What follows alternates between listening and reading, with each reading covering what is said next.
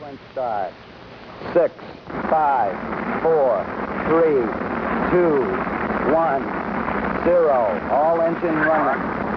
Liftoff. We have a liftoff. 32 minutes past the hour. Columbia and Eagle were on their way.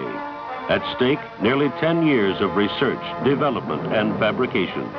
Some 20,000 companies throughout the United States participated in the building of the Saturn V rocket and Apollo spacecraft, which carried astronauts Armstrong, Aldrin, and Collins on their historic journey to the moon.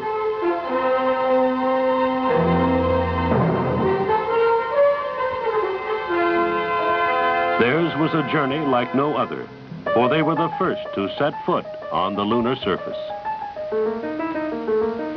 This was the sight viewed by over 300 million people around the world as the two men tested their moon legs and began setting their scientific experiments. After 22 hours, they headed for a rendezvous with Mike Collins and the trip home to Earth. Because of the possibility of contamination from the moon, the three astronauts were quarantined for nearly 3 weeks. At the same time, scientists began looking at their newly acquired lunar samples, the first opportunity anyone had had to look at something from a different body in the solar system.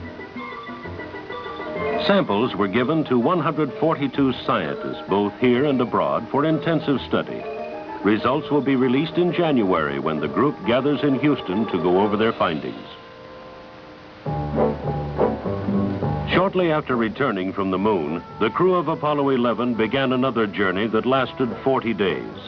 At the request of the President, they embarked on a goodwill mission covering some 46,000 miles with visits to 22 countries.